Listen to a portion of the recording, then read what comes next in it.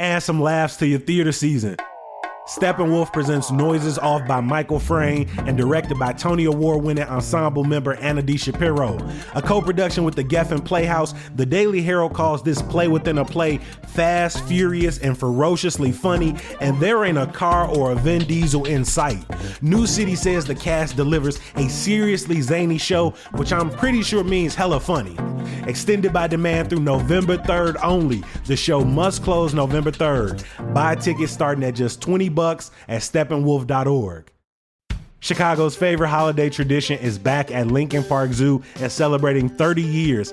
Get your tickets now for Zoo Lights, presented by ComEd and Invesco QQQ, and enjoy fun seasonal activities while strolling through your zoo under 3 million lights this holiday season.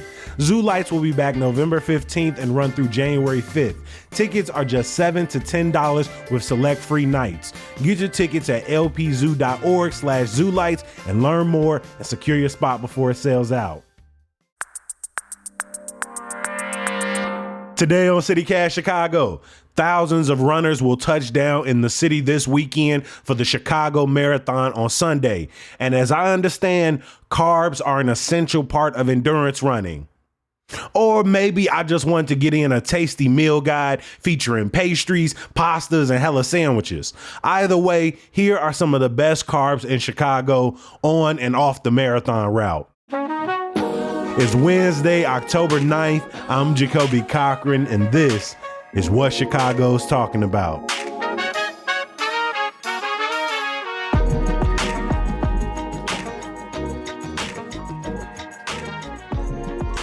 We are joined by Allison Yates, the founder of Read and Run Chicago, which operates running tours around the city inspired by books. Allison, welcome back to CityCast Chicago. Thanks so much for having me again. I was worried I said fun too many times the last time I was on to be invited back. I counted, there was like 19. No, we are excited to have you here. And especially as someone who we've promoted so many of the events you do, we love the tours that you take people on. Can I ask you like a very basic question? How long have you considered yourself a runner, whether short distance, long distance, anywhere in between? That's a great question. I think I have two answers to that question. I had a bit of a running lull in my mid-20s. I would say my identity as a runner really came in 2019 when I signed up for a half marathon on a whim while at a brunch, committed to traveling to Vancouver and training for a whole summer. That really solidified it. If I would not have put down money on that plane ticket and that race, there's no way I would be running today, because there were some hard moments in that. Oh, I bet. But the sunk cost of it all, like setting the high goal, yeah, being someone who's probably brutal to yourself about hitting that goal, it saw you through and now you're here. When we were having this conversation about how do we want to approach Chicago's forthcoming marathon, I think I had a question of like, okay, what does it look like not only to train, to like stay motivated, but like to actually fuel when you're getting close to a race? Because when I think about somebody eating before a race, my head still goes back to Michael Scott eating a whole bowl of fettuccine right before the fun run for rabies. Fettuccine Alfredo. Time to carbo load. And it ultimately demolishing him. That fettuccine was sitting in my stomach like a rock. And so I wanted to get a better sense of like, how do runners properly fuel their body? So let's start with, why is it important for marathon runners to make sure they're getting appropriate carbs? Yeah, I will answer that question, but I do want to say I'm really glad you brought up the Michael Scott episode, because I think for people who don't run, like, we need to be really clear that that is not right and that you should never do that. But carbs are the main source of energy before, during, and after any sort of long endurance workout. So you have to have carbs in order, because your body is using that energy source first. Yeah, like carbs are not bad. Carbs are runners' best friends. And so all these fad diets that completely cut them out is just setting you up for failure if you're planning to run 2, 3, 4 hours on a Saturday and then multiple hours during the week. Can we get into specifics? Because when I think about carbs, and even the example of Michael Scott, like he was throwing down pasta. And so we know like grains, we know bread, but like so many different foods have carbs. So can we talk about specific foods that you incorporate into your training? Absolutely. So, of course, breads and pastas are fun, but, you know, really healthy foods like sweet potatoes are great carbs. Fruits are great carbs. So many tropical fruits are high in carbs. So, like pineapple and mango and kiwi, those are amazing to give you some of that as well. We have, oatmeal is a great example. Rice, quinoa. There are plenty of options for people who are gluten free as well. Mm-hmm. There are a lot of vegetables that are really high in carbs too, like carrots and squash. And, we're in squash season. This is the right time to carb load. Today's guide is all about running inspired meals. But even if you aren't running a marathon yourself or running at all like me, if you had to narrow it down to just a couple, what would be your favorite carb you can find in the city? I would say number one is, I'm being a little generous because it's not the healthiest, but it is the most fun. Pastries. Pastries all the way. Are you a pastry fan? Yes, I am. Not as much as just like some straight up candy, like some fruit, some chew, something that's going to get caught in my teeth. But I do have my moments, a couple of months here, a couple of months there where I'm like obsessed with cookies or obsessed with. I went through like a 3-month tres leches. Like anytime I went to a Whole Foods, I grabbed one. And so, yeah, I have my time. I'll admit I have my moments. Amazing. Like that's such a good idea. Grab it. Do you have a favorite pastry? I have 4 that like immediately come to mind as like standouts. Number one, I wish I could get down there more often, but I'm not often there. When I am anywhere on the South Side or driving to Indiana, I always stop at Old Fashioned Donuts. Because that is like the ultimate, like when you think of a donut, like that's it. Just like the regular glazed. Like a lot of donut shops in the city are amazing, but it's like too much. I'm like, just give me the classic. Very artisan, but when you walk into Old Fashioned Donuts, you're going to see my man's hunched over like he has been in Roseland for decades and decades, and they always got enough glaze. They do have some, they got their jelly and they got their Long Johns, but the traditional glaze, not many people do it on par with Old Fashioned Donuts. Yeah, that's what I'm after. But, and then I do go a little bit fancier sometimes. So like Lost Larson's early Earl Grey morning bun is spectacular. Okay. Like a lot of sugar on top. It's like pretty dense and buttery. I would not like to see the making of that. I think it is a lot of butter. And then also, have you ever been to Swadesi in South Loop? No. Okay, they've recently opened, and I have only tried it once, but I would say it's going to be like a fast favorite. The butter chicken croissant. Ooh. No, you putting me on a butter chicken croissant. I'm going to let that sink in. Okay, it's an Indian coffee shop right next to the old post office. What do you think are like myths people have about runners that like maybe they have just like particularly long distance runners that they've cut out the donuts and the butter chicken croissants? That is absolutely incorrect. Runners are some of the most unhealthy people I've ever met in my entire life. And then you get into like the trail running scene and they're like doing shots of Malort. They're like eating like candy on candy on candy. Like it's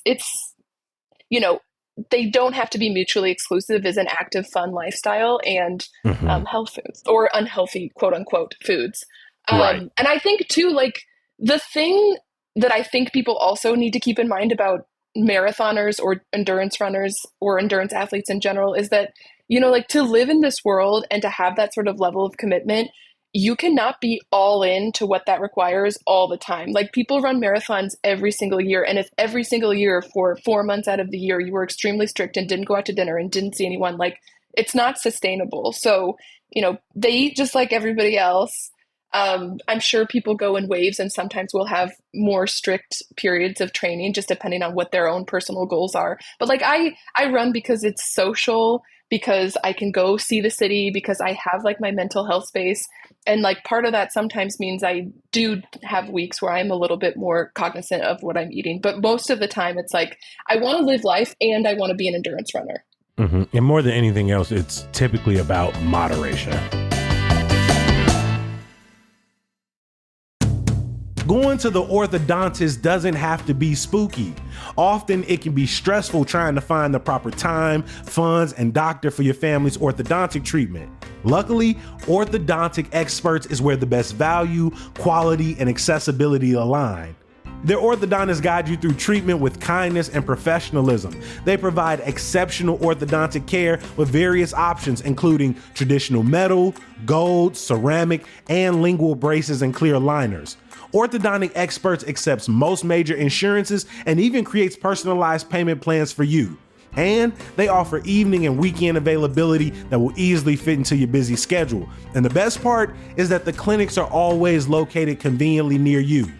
Why wonder? Find out if orthodontic treatment is right for your family with a no-cost consultation at Orthodontic Experts.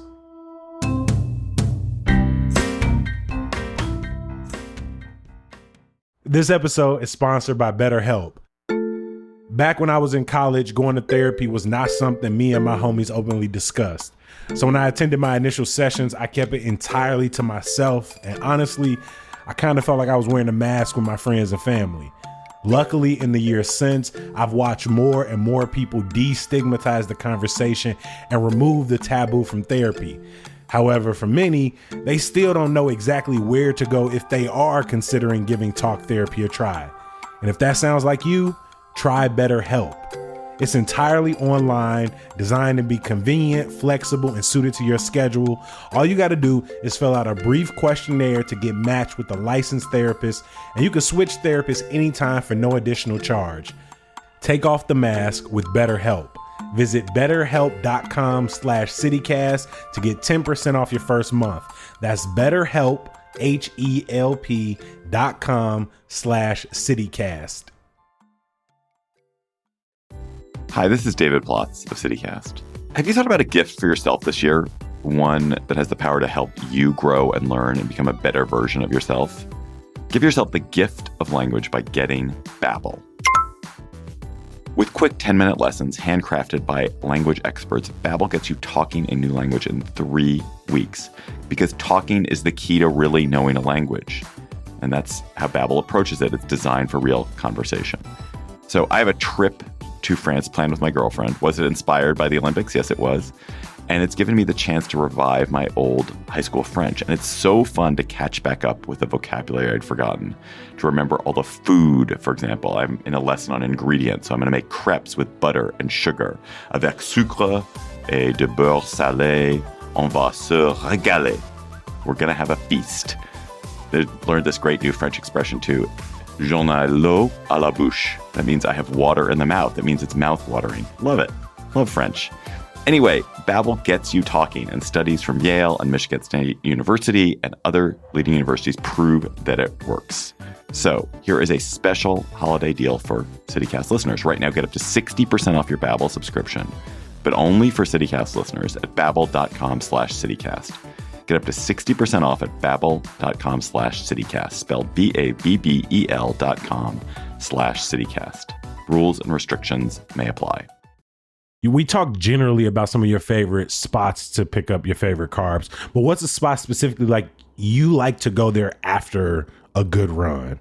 I have 2 different versions of Allison post long run. One is like completely, well, I will start with the quote unquote better one. It is when I am like so hot and I just want some like kale. I want a giant kale salad. I will always go to Sweet Green. Then there's like the completely on the floor, like that was the worst run of my life. I'm going to go stuff myself with something hot and meaty, like a good combo of like carbs and grease. And for that, I have like a few go-tos, like absolutely any sort of like fried chicken doused in hot sauce sandwich, like Fry the Coop or Ina May does really well for me. Like their chicken is fantastic. Like you don't even need any sauce. I don't even think they put sauce on it. It just is. Over in West Town, right? Yeah. Mm-hmm. And I also love ramen wasabi, just for like a classic tonkatsu. Like I know there's so many places for ramen in the city. That's just one I found I liked. And then also like anything, like I said, like if it's dense, if it's hot, hearty, and like maybe a little bit spicy, that's like the perfect combo. So like any empanadas, I love a Cafe Tola or 5411. An arepa, like at Bien Maisabe up here, sort of like Ravenswood area. Mm-hmm. Also like a brisket sandwich from, I really like Smoke Daddy with the cornbread on the side there. Ooh, that sounds good. Are you a Smoke Daddy fan? I am. I am. I was still thinking about ramen because like if I want to get either ramen or even just like a rice dish, like something simple like rice and chicken after like a long workout, like Kuru Ramen near Chinatown is a place I really like. I like the karagi chicken from Ito in Hyde Park. They've got a really good menu. You got to get the iced tea and lemonade, the Thai Arnold Palmer. So damn good. I have to try that. That sounds amazing because that sounds like the perfect combo of like you just ran, you need a big refreshing drink and a hearty meal. Mm-hmm. And for you, you were talking about these different states that you're in. Like what's makes a good post-run meal for you? Is it just about refueling? Is it sometimes about just like getting something that, you know, it makes you feel good, even if like maybe that's not the best fuel for you at the moment? Like how are you kind of prioritizing that at the end of a run?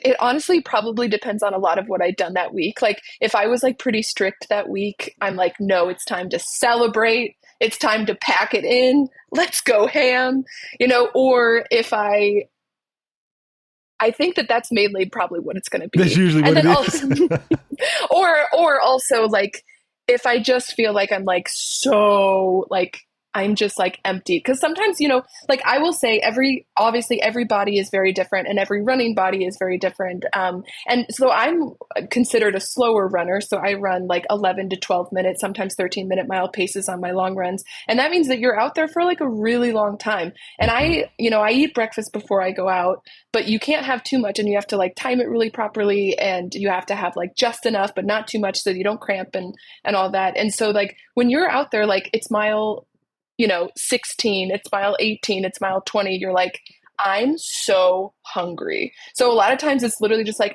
I'm growling, like my stomach is growling, and not everybody gets like that. Like that's just a me thing. But so pretty much at the end, I'm like, no, like I am ready to just put a bunch of food in here. The 26.2 mile Chicago Marathon route starts in Grand Park, heads north to Wrigleyville, then south again before heading west toward UIC in Little Italy, then southeast through Pilsen and around Chinatown, all the way down to Bronzeville before heading back up to the finish line at Grand Park where it started. Can you recommend any spots near the route that runners might like, but also spectators? Okay. Well, I would say my go-to favorite is normally, I go to the one in Logan Square, but they have one in the Loop. Chia Chai. Have you been? I have not. Okay, Chia I'm Chai. writing it down. Absolutely love. I always get their lamb and dill momo and a chai flight. So they have all like I don't know how many, but dozens and dozens of different types of flavored chai. So like there's like almond butter and caramel, and there's salted caramel, and there's mint, and like you can get a lot of different ones. So that's like after a cool run, or if you're a spectator who just needs some warmth, like that is it. Perfect. Oh, the smoothies look so good. They've got a lot of stuff. And then moving on to River North, there's two places that I really love. One of them is Choco, the Rick Bayless restaurant. They have Okay. fantastic tlayudas, which are the Oaxacan sort of like flatbreads with a lot of amazing toppings. And I also love Brett's for just like your classic sort of diner breakfast grab and go type of place. Big hearty sandwiches, nice fluffy pancakes and stuff. I'm going to skip a little bit further north. In Lakeview, there are quite a few places that I think would make both spectators and post marathoners really, really happy. Steingold's for bagels. You really can't go wrong with how they do anything there. Cozy Rice and Noodles in Wrigley, like a very tiny spot which has fantastic Thai-inspired food, and it's BYOB. Spectators would probably enjoy this. Happy Lamb, the Mongolian-inspired hot pot. I cannot say enough amazing things about Happy Lamb. I have been there so many times on my birthday because you eat free there. And they have two different types of broth, and then you can split it down the middle so that depending on your spice level or the big group that you're in, you can decide who wants what. And then what is better than making your own meal that cooks in seconds and is absolutely incredible, and you've done none of the prep work. But also, besides just like that incredible sensory experience that you have at Happy Lamb. Their egg custard buns are one of my favorite things in the entire world. They're perfection inside. It's like so grainy and sugary that it's almost like you can just like peel off the sugar, but in the best way. You got any more spots along the route that you want to put people on? So 2 other places in Lakeview that I think are standouts for carbs and for spectators. Ann Sather's cinnamon rolls are absolutely classic. And then you have Bombay Eats, the fast casual Mumbai-inspired Indian food. That place is so great for grab and go. So many different types of carbs, vegetarian friendly. Really, really wonderful for post-run if you're grabbing and going. I also have to shout out, there's like a few historic bakeries in Little Italy that you will pass by if you're on the marathon. And if you're spectating, these are great places to go. Pompeii's is huge right on Taylor. And of course, there it's great because you can go down this whole line of many, many options. It's still family owned. They're sweet, they're savory. The lemon cookies are outstanding. And anything like the mini pizzas, mini flatbreads are great. They have plenty of coffee, which everybody will need. And when you're going down into Pilsen, you know, Los Comales is a classic taco spot. Brunch at La Luna or Cinco Rabanitos are both so delicious. Gee, this is an absolutely amazing list. Even if it wasn't marathon related, it's just a good list spread out across the city that, again, please, if you listen, head to our show notes. We're going to organize all of them down there for you. Some of these are places you've probably heard in other episodes. Some you might be hearing for the first time. You know, if there's one thing I do well, it's eat out and spend a lot of money on food. So I don't cook. I hate to cook, but I absolutely love to eat. And I know a good meal when I see it. Carbs often get this bad rap in diet culture, but they are essential, especially for these elite athletes, and then essential for all of us. So when we think not necessarily about nutrition or ourselves, because again, we all need them, but should we at the pop culture level, at this sort of social level, and just embrace carbs? Why are we fighting it and pushing up against it? I hate that. Yes, we should embrace it. It's like, if there is any chance for us to connect more, why are we pushing that away? Carbs are a connection. Like, carbs are the basis for every cuisine. And by eliminating those, you are eliminating stories, you are eliminating connection, you are eliminating an opportunity to learn about someone else. So, you know, on that level, like, absolutely, we should be embracing carbs. And also, they're just delicious. Why deny yourself? Like, life is already hard enough. And again, so many of the great restaurants, the great institutions, the great mom and pop spots across the city, like, again, whether we talking tortillas, or we talking pasta, or we talking about the 1,001 different sandwiches that Chicagoans love, they are such a staple of not only Chicago cuisine, but Midwestern cuisine. And so I really appreciate you being here, walking me through your own personal favorites, busting a couple of myths for us, and putting together one of the best food guides I think we've done. I mean, just the list that people have here. I think they are so lucky to be getting this for the free. I am so grateful. And I really hope everybody just goes out and enjoys all of these restaurants and enjoys watching the marathon or running the marathon. It's a awesome opportunity to just like feel so excited about being in Chicago and being part of the city. Allison Yates is the founder of Read and Run Chicago. Check our show notes where we will drop more information and where you can participate in the runs. Allison, again, thank you so much. Thank you. Of course, I can't let you go without some good news. There are some great events taking place in Garfield Park on Saturday, including a Community Breast Cancer Awareness Month walk and a poetry making workshop with the amazing folks from Cuba Links. For more events across the city, head to our website, chicago.citycast.fm, and check out our events calendar. And while you're there, subscribe to our daily newsletter, Hey Chicago. All right, that's enough favors for one episode. We're going to be back bright and early tomorrow. We'll talk to you then. Peace. You're really explaining this all too well. Now I'm just so hungry. I know. Did you eat lunch yet? I started, and then I started this interview. And so it's kind of staring back at me. Oh, that's the worst. It's the worst.